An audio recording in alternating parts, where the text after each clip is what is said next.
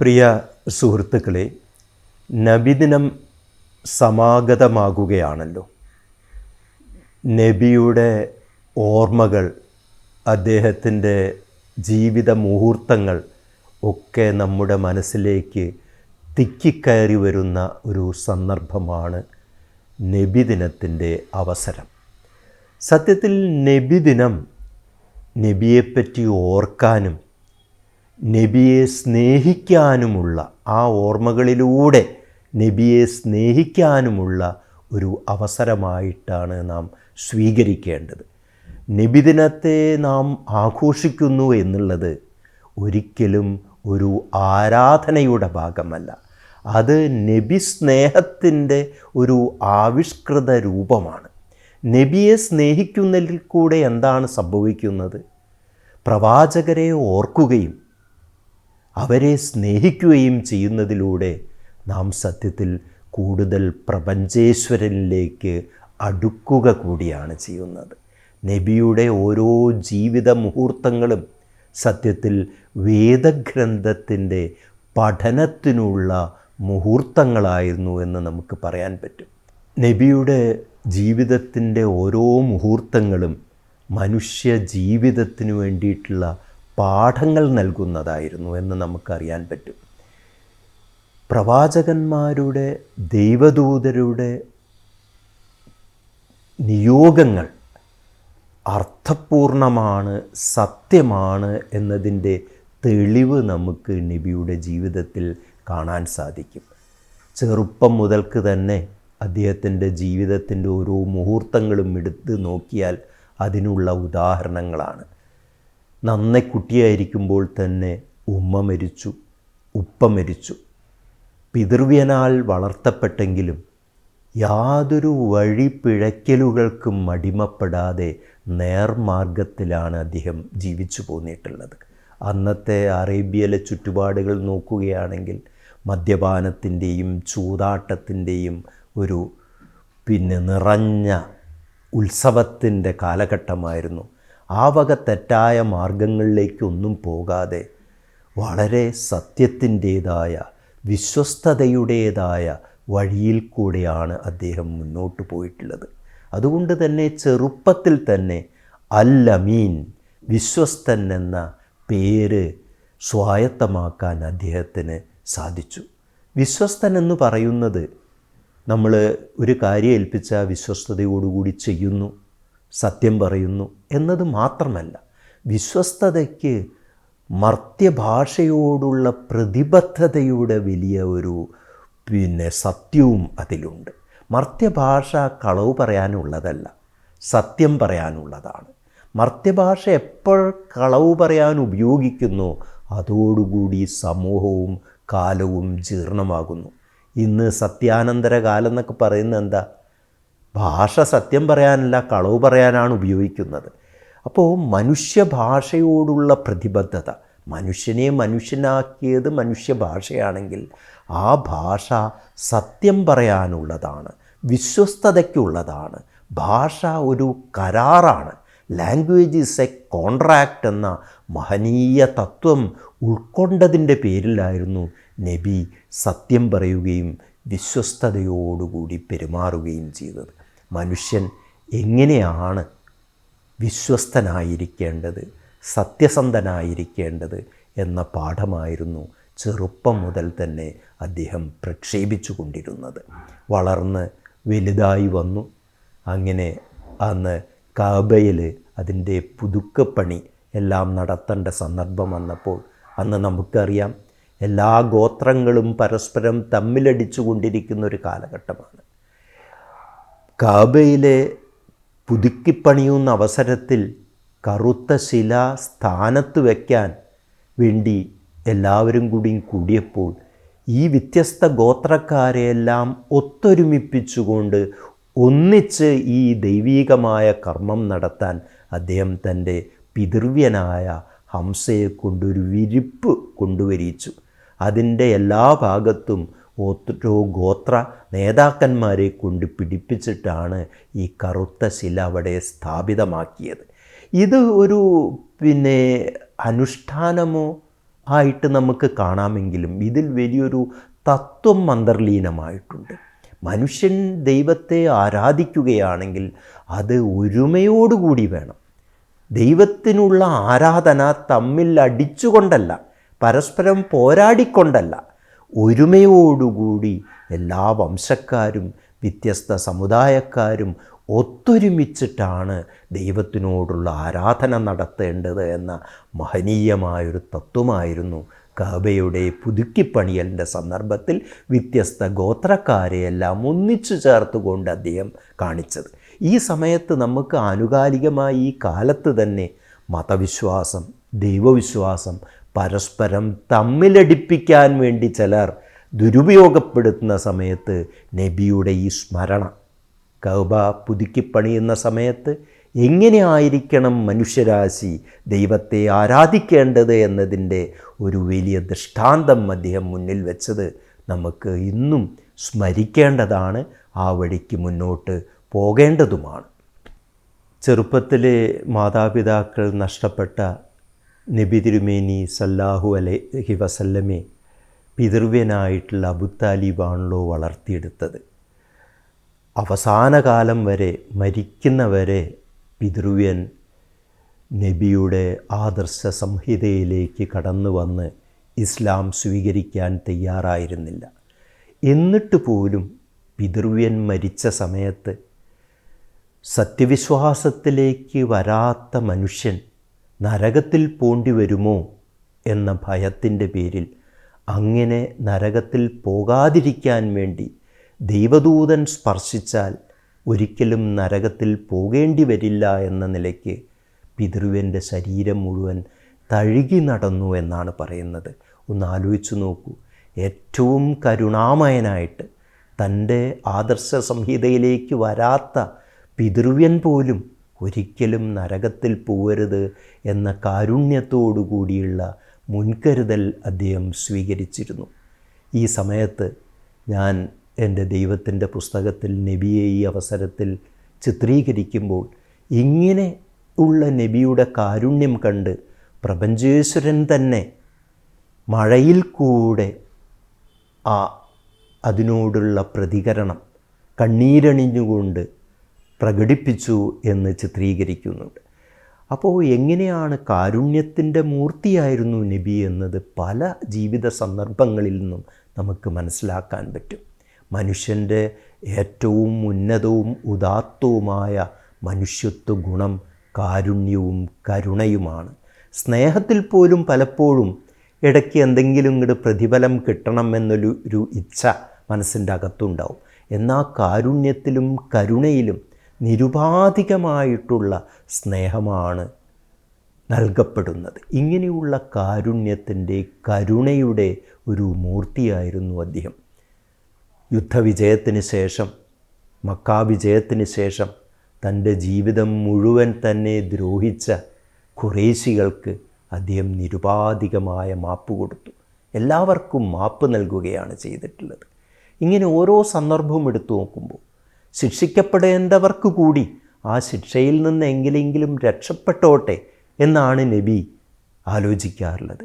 ഗാമിദീയ വംശത്തിൽപ്പെട്ടിട്ടുള്ള ഒരു സ്ത്രീ വഴിപിഴച്ചു പോയിട്ട് നബിയുടെ അടുത്ത് വന്ന് പറയാണ്, ഞാനിതാ തെറ്റ് ചെയ്തിരിക്കുന്നു, എന്നെ ശിക്ഷിക്കൂ എന്ന് പറഞ്ഞപ്പോൾ നബി പറഞ്ഞു, പിന്നെ നിങ്ങൾ ഗർഭിണിയാണല്ലോ, നിങ്ങളെ ഇപ്പം ശിക്ഷിച്ചു കഴിഞ്ഞാൽ ഈ കുട്ടിക്കും കൂടി ശിക്ഷ കിട്ടില്ലേ, അങ്ങനെ പ്രസവിച്ചു വരാൻ പറഞ്ഞു. പ്രസവിച്ച് ഇട്ട് ഉടനെ അയ്യോ എന്നെ വീണ്ടും ശിക്ഷിക്കൂ എന്ന് പറഞ്ഞപ്പോൾ ഈ കുഞ്ഞിനെ പാലൂട്ടണ്ടേ നിങ്ങൾക്ക് എന്ന് പറഞ്ഞു. അപ്പോൾ എങ്ങനെയെങ്കിലും ഒരാളെ എങ്ങനെയെങ്കിലും ശിക്ഷിക്കാനല്ല, ആ ശിക്ഷയിൽ നിന്ന്, പലപ്പോഴും തെറ്റ് ചെയ്തവൻ ശിക്ഷയ്ക്ക് അർഹനാണ്, എന്നാൽ കൂടി ആ ശിക്ഷയിൽ നിന്ന് രക്ഷിക്കാൻ പറ്റുമോ എന്നൊരു ചിന്താഗതിയാണ് നബിയിൽ നമുക്ക് പലപ്പോഴും കാണാൻ കഴിയുക. ഇന്ത്യൻ ഭരണഘടന പ്രകാരമുള്ള തത്വം thousands of culprits may escape, not an innocent be punished എന്നാണ്. കുറേ തെറ്റ് ചെയ്തവർ രക്ഷപ്പെട്ടു പോയിക്കോട്ടെ, എന്നാലും നിഷ്കളങ്കരായവർ ഒരിക്കലും ശിക്ഷിക്കപ്പെടരുത് എന്ന് നബിയുടെ സമീപനം വെച്ച് നോക്കുകയാണെങ്കിൽ നമുക്ക് കാണാൻ പറ്റും. എങ്ങനെയെങ്കിലും ശിക്ഷകളിൽ നിന്ന് ആളുകളെ രക്ഷപ്പെടുത്താനാണ് അദ്ദേഹം ശ്രമിച്ചിട്ടുള്ളത്. ഒരു നിരപരാധി ശിക്ഷിക്കപ്പെട്ടാൽ എല്ലാവരും കൊല ചെയ്യപ്പെടുന്നതിന് സമമാണത് എന്നൊരു ചിന്ത അദ്ദേഹത്തിലുണ്ടായിരുന്നു.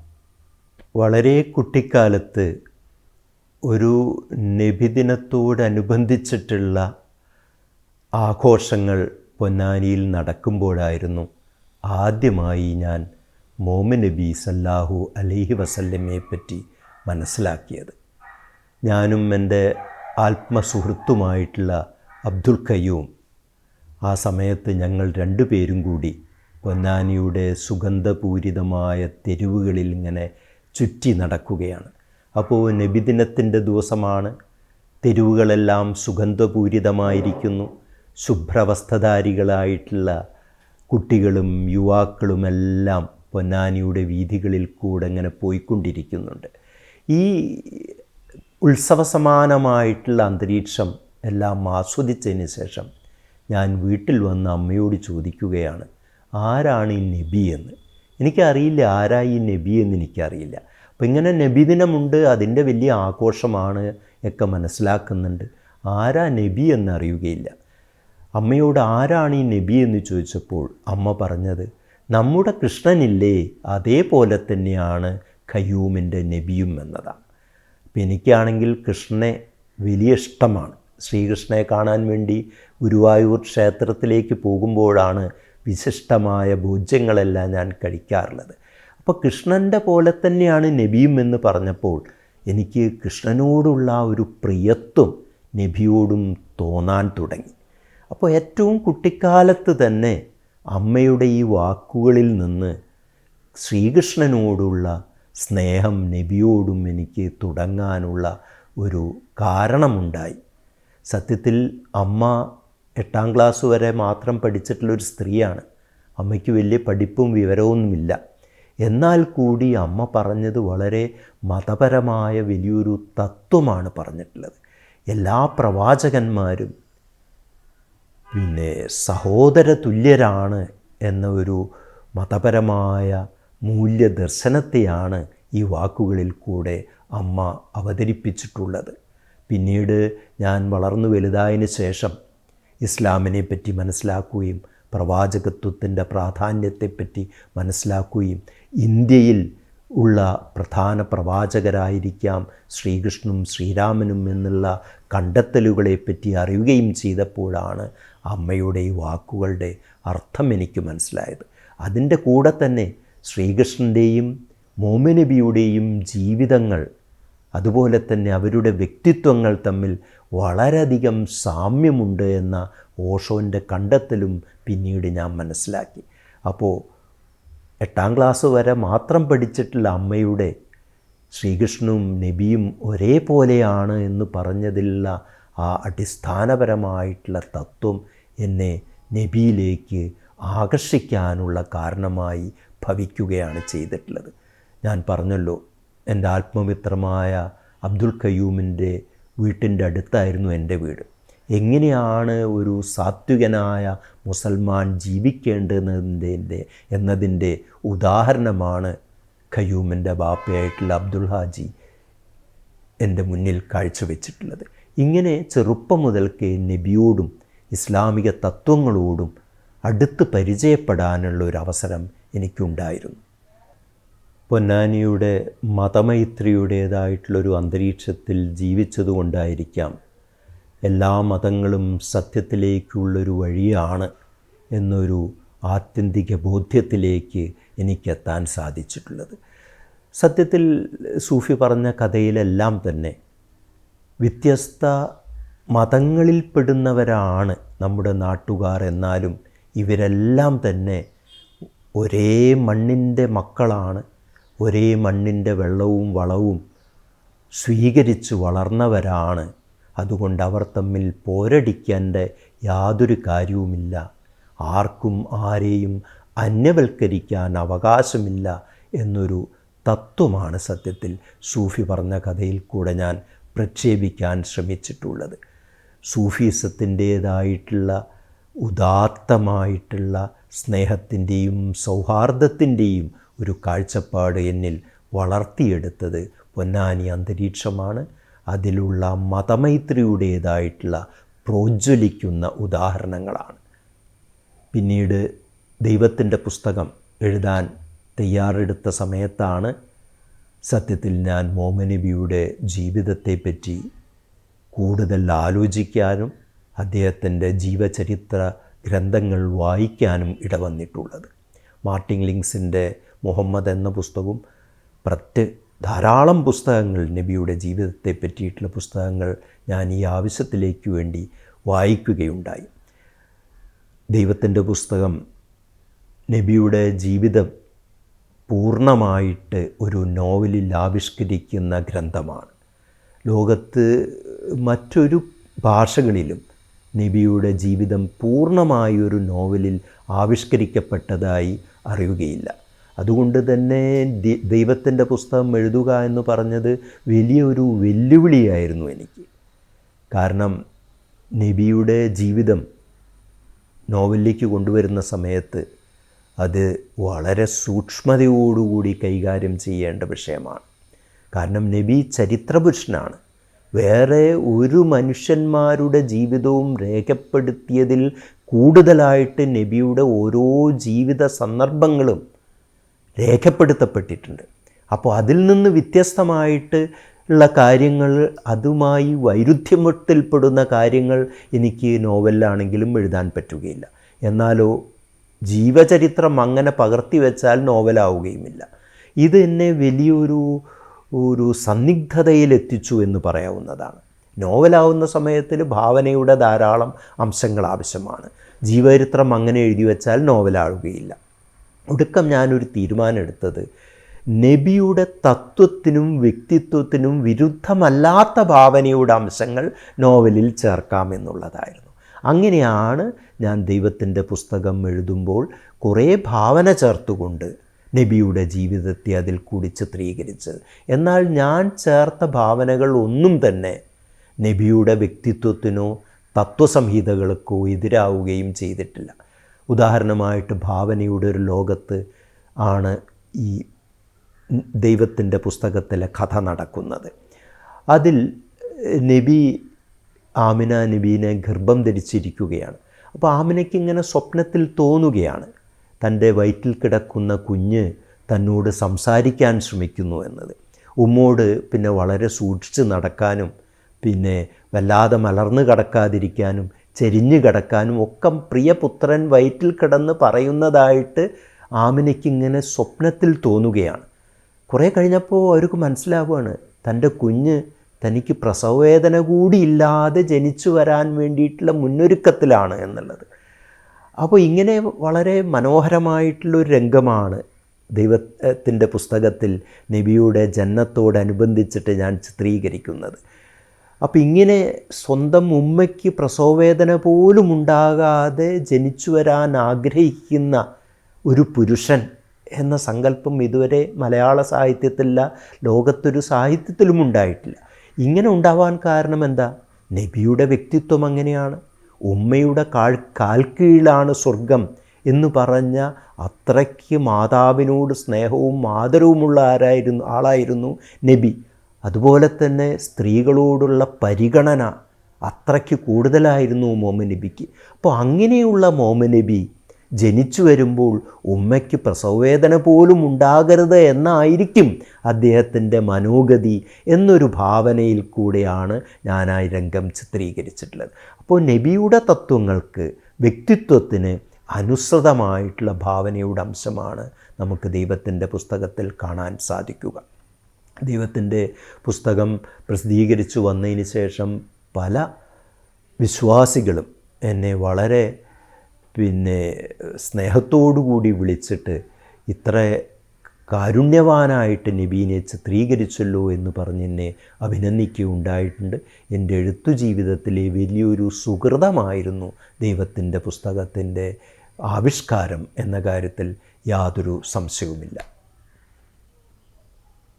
ഇന്നിപ്പോൾ എല്ലാ മതവിഭാഗങ്ങളിലും സംഭവിച്ചു കൊണ്ടിരിക്കുന്ന ഒരു അനർത്ഥം എന്താ എന്ന് വെച്ചാൽ, മതത്തെ, വിശ്വാസത്തെ എല്ലാം വർഗീയവൽക്കരിക്കാനുള്ളൊരു പ്രവണത വളർന്നു വരികയാണ്. ഈ വർഗീയവൽക്കരണം കുറേ കൂടിക്കഴിഞ്ഞാൽ അതൊരു തരം ഭീകരവൽക്കരണമായിട്ട് മാറുകയും ചെയ്യും. അന്യൻ, അപരമതസ്ഥൻ ശത്രുവാണ് എന്ന നിലയ്ക്കുള്ള തെറ്റായ കാഴ്ചപ്പാടിലെത്തുകയും ചെയ്യും.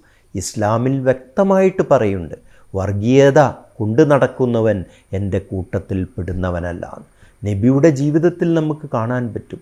വ്യത്യസ്ത സമുദായക്കാരെയായിട്ട്, വ്യത്യസ്ത വിശ്വാസമുള്ളവരെയായിട്ടൊക്കെ വളരെ സഹിഷ്ണുതയോടുകൂടി പെരുമാറുന്ന ഒരു ജീവിതമായിരുന്നു നബി മുന്നോട്ട് വെച്ചത്. മതത്തിൽ നിർബന്ധമില്ല എന്ന് അദ്ദേഹം വളരെ വിശാല മനസ്സോടുകൂടിയാണ് പ്രഖ്യാപിച്ചിട്ടുള്ളത് എന്ന കാര്യത്തിൽ യാതൊരു സംശയവുമില്ല. അപ്പോൾ നബിയുടെ ജീവിതം നാം ഒരു മാർഗദർശമായി, ഒരു വഴികാട്ടിയായി സ്വീകരിക്കുകയാണെങ്കിൽ ഒരിക്കലും മതത്തെ വർഗീയവൽക്കരിക്കാനോ ഭീകരവാദത്തിലേക്ക് വളർത്താനോ സമ്മതിക്കുകയില്ല. ശരിയായിട്ടുള്ളൊരു വിശ്വാസി, നബിയുടെ മാർഗം പിന്തുടരുന്നൊരു വിശ്വാസിക്ക് ഒരിക്കലും അക്രമത്തിൻ്റെയോ ഭീകരപ്രവർത്തനങ്ങളുടെയോ പിറകെ പോവാൻ സാധിക്കുകയില്ല. കാരുണ്യത്തിൻ്റെ, സ്നേഹത്തിൻ്റെ മാർഗമാണ് അദ്ദേഹം മുന്നോട്ട് വെച്ചിട്ടുള്ളത്. അവസാനത്തെ അദ്ദേഹത്തിൻ്റെ പ്രസംഗത്തിൽ വിശേഷിച്ച് സ്ത്രീകളോടുള്ള പരിഗണനയായിരുന്നു മുറ്റി നിന്നിരുന്നത്. പുതിയ കാലം സ്ത്രീകളെ മോശമായിട്ട് കൈകാര്യം ചെയ്യുമോ എന്നൊരു ഭീതിയായിരിക്കാം അദ്ദേഹം സ്ത്രീകളോടുള്ള പരിഗണന അവസാന പ്രഭാഷണത്തിൽ ഊന്നി പറയാനുള്ള കാര്യം. മാത്രമല്ല, സഹജീവികളോട് മാത്രമല്ല, എല്ലാ ജീവജാലങ്ങളോടും കാരുണ്യം പുലർത്താനായിരുന്നു നബിയുടെ നിർദ്ദേശം. യുദ്ധവിജയം കഴിഞ്ഞ് വരുന്ന സമയത്ത് ഒരു പട്ടി പ്രസവിച്ച് കടന്നിട്ട് ആ പട്ടിക്കും പട്ടിക്കുഞ്ഞുങ്ങൾക്കും സംരക്ഷണമേർത്തിയവനായിരുന്നു നബി. ഒരു ജീവിയേക്കും വിഷമങ്ങളുണ്ടാക്കരുത്, എല്ലാ ഭൂതഗണങ്ങളെയും സൗഖ്യത്തോടുകൂടി പരിപാലിക്കാൻ മനുഷ്യന് സാധിക്കണം എന്നൊരു മാർഗനിർദ്ദേശമാണ് അദ്ദേഹം മുന്നോട്ട് വെച്ചിട്ടുള്ളത്. ഇന്ന് ഈ കാലാവസ്ഥാ വ്യതിയാനത്തിൻ്റെയും മഹാമാരികളുടെയും കാലത്ത് നമുക്കറിയാം, മറ്റ് ജീവജാലങ്ങളോട് നാം ക്രൂരതയോടുകൂടി പെരുമാറുന്നതിൻ്റെ പ്രതിഫലനമാണ്, പ്രത്യാഘാതമാണ് മനുഷ്യനുണ്ടാകുന്ന ഈ മഹാമാരികളും പ്രശ്നങ്ങളുമെല്ലാം തന്നെ. അപ്പോൾ ഈ കാരുണ്യം, നബിയുടെ കാരുണ്യം മനുഷ്യർക്ക് നേരെ മാത്രമല്ല മറ്റെല്ലാ ജീവജാലങ്ങൾക്കും മുകളിൽ കൂടി വർഷിച്ചു കൊണ്ടിരുന്നു എന്നത് പുതിയ കാലത്ത് നമ്മൾ കൂടുതൽ ഗൗരവത്തോടുകൂടി പരിഗണിക്കേണ്ട കാര്യമാണ്. കാലാകാലമായി കേരളത്തിൽ നിലനിന്നു പോരുന്ന മതസൗഹാർദ്ദത്തിൻ്റെ ഒരു അടിസ്ഥാന കാരണം സാഹിത്യം ഇസ്ലാമിനെയും മുഹമ്മദ് നബിയെയും വേണ്ടവണ്ണം വായിച്ചെടുത്തു എന്നതായിരുന്നു. നമ്മുടെ ഭാഷാപിതാവായിട്ടുള്ള തുഞ്ചത്ത് ആചാര്യൻ തന്നെ അദ്ദേഹത്തിൻ്റെ കളരിയിൽ, കുട്ടികൾക്കുള്ള കളരിയിൽ മുസ്ലിം കുട്ടികളെയും ദളിത് കുട്ടികളെയെല്ലാം ചേർപ്പിക്കാനുള്ള ഉത്സാഹം കാണിച്ചിരുന്നു. അതിൻ്റെ പേരിൽ അദ്ദേഹത്തിന് നാട് കടത്താൻ തന്നെ ശിക്ഷിക്കപ്പെട്ടു എന്നാണ് ഐതിഹ്യം. ആ സമയത്ത് തമിഴ്നാട്ടിൽ പോകുന്ന സമയത്ത് അദ്ദേഹത്തിന് അതിനുവേണ്ട എല്ലാ സൗകര്യങ്ങളും ഏർപ്പെടുത്തി കൊടുത്തത് ജലാലുദ്ദീൻ മൂപ്പൻ എന്ന ഒരു മുസൽമാനായിരുന്നു. അപ്പോൾ എഴുത്തച്ഛൻ്റെ കാലം മുതൽക്ക് തന്നെ ഹിന്ദു സമുദായവും മുസ്ലിം സമുദായവും തമ്മിലുള്ള ഒരു ഇഴയടുപ്പം സാഹിത്യത്തിൽ നമുക്ക് കാണാൻ സാധിക്കും. ഇതിൽ നിന്നുള്ള പല വ്യതിചലനങ്ങളും നമുക്ക് കാണാൻ പറ്റും. എന്നാലും വലിയ എഴുത്തുകാരെല്ലാം ഇസ്ലാമിനെയും നബിയെയും വേണ്ടവണ്ണം മനസ്സിലാക്കിയതാണ് ഇന്ന് കേരളത്തിൽ നിലനിൽക്കുന്ന ഹിന്ദു മുസ്ലിം മൈത്രിക്കും എല്ലാ മതങ്ങളും തമ്മിലുള്ള മൈത്രിക്കുമുള്ള അടിസ്ഥാന കാരണം. ശ്രീനാരായണ ഗുരു വലിയ ഭക്തിയോടുകൂടി, വലിയ സ്നേഹത്തോടുകൂടി പരമോന്നതരായിട്ടുള്ള മതനേതാക്കളെയെല്ലാം സ്മരിക്കുന്ന സമയത്ത് പരമേശ പവിത്രപുത്രനോ എന്ന് യേശുവിനെ സൂചിപ്പിക്കുമ്പോൾ കരുണാവാൻ നബി മുത്തുരത്നമോ എന്നാണ് പറഞ്ഞത്. നബീനെ മാത്രമാണ് അതിൽ പേരെടുത്ത് ശ്രീനാരായണ ഗുരു പറഞ്ഞിട്ടുള്ളത്. അപ്പോൾ നമുക്കറിയാം, നമ്മുടെ ഏറ്റവും വലിയ 20-ാം നൂറ്റാണ്ടിൻ്റെ നായകനായിട്ടുള്ള കേരളത്തിൻ്റെ സാംസ്കാരിക നായകർ രണ്ടുപേരേ ഉള്ളൂ എന്ന് നമുക്ക് വേണമെങ്കിൽ പറയാം. തുഞ്ചത്തെഴുത്തച്ഛനും ശ്രീനാരായണ ഗുരു. ശ്രീനാരായണ ഗുരു തന്നെ നബീനെ ഇത്ര ആദരവോടുകൂടിയാണ് അദ്ദേഹത്തിൻ്റെ രചനയിൽ പരിഗണിച്ചിട്ടുള്ളത്. ഇതേപോലെ പിന്നെ വലിയ എഴുത്തുകാരനായിട്ടുള്ള മഹാകവി, ഗദ്യത്തിലെ മഹാകവിയായിട്ടുള്ള ഒ വി വിജയൻ പിന്നെ താൻ ഏറ്റവും ആദരിക്കുന്ന ലോകഗുരുവാണ് മുഹമ്മദ് നബി സല്ലല്ലാഹു അലൈഹി വസല്ലമ എന്ന് പറഞ്ഞിരുന്നു. എന്തുകൊണ്ടാണ് അങ്ങനെ പറയാൻ കാരണമെന്ന് ചോദിച്ചപ്പോൾ, നബിയുടെ ഒരൊറ്റ വചനത്തിൻ്റെ പേരിലാണ് ഞാൻ അദ്ദേഹത്തെ ലോകഗുരുവായി കാണുന്നത് എന്നാണ് വിജയൻ പറഞ്ഞത്. അതായത് അനാഥ ശിശുക്കളുടെ മുന്നിൽ വെച്ച് സ്വന്തം മക്കളെ ഓമനിക്കുക കൂടി ചെയ്യരുത് എന്ന് പറഞ്ഞ നബിയുടെ വചനമാണ് അദ്ദേഹത്തെ ലോകഗുരുവായി കാണാൻ വിജയനെ പ്രചോദിപ്പിച്ചിട്ടുള്ളത്. ഏതൊരു മനുഷ്യനും നൈസർഗികമായിട്ടുള്ള വാസനയാണ് സ്വന്തം മക്കളെ ഓമനിക്കുക എന്ന. എന്നാൽ അനാഥ ശിശുവിന് പിന്നെ മറ്റു കുട്ടികളെ മാതാപിതാക്കൾ ഓമനിക്കുന്ന സമയത്ത് തോന്നുന്ന ഒരു അനാഥത്വമുണ്ടല്ലോ, അതിനോടുള്ള കാരുണ്യമാണ്, അതിനോടുള്ള പരിഗണനയാണ് നബിയുടെ ഈ വചനത്തിനുള്ളത്. അനാഥ ശിശുക്കളുടെ മുന്നിൽ വെച്ച് സ്വന്തം മക്കളെ ഓമനിക്കരുത്. അപ്പോൾ കാരുണ്യമാണ്, പരപരിഗണനയാണ് വിദ്യാഭ്യാസത്തിൽ കൂടെ ലഭിക്കേണ്ട ഏറ്റവും വലിയ തത്വം. അതാണ് വിജയൻ പറയാൻ ആഗ്രഹിക്കുന്നത്. മുഹമ്മദ് നബി ലോക ഗുരുവാവാൻ കാരണം വിദ്യാഭ്യാസത്തിൽ കൂടെ നേടേണ്ട ഏറ്റവും വലിയ മാനുഷിക ഗുണം കാരുണ്യമാണ്, പരപരിഗണനയാണ്. അതുകൊണ്ടാണ് ഒ വി വിജയൻ നബീനെ ലോകഗുരുവായിട്ട് ഉയർത്തിപ്പിടിച്ചിട്ടുള്ളത്.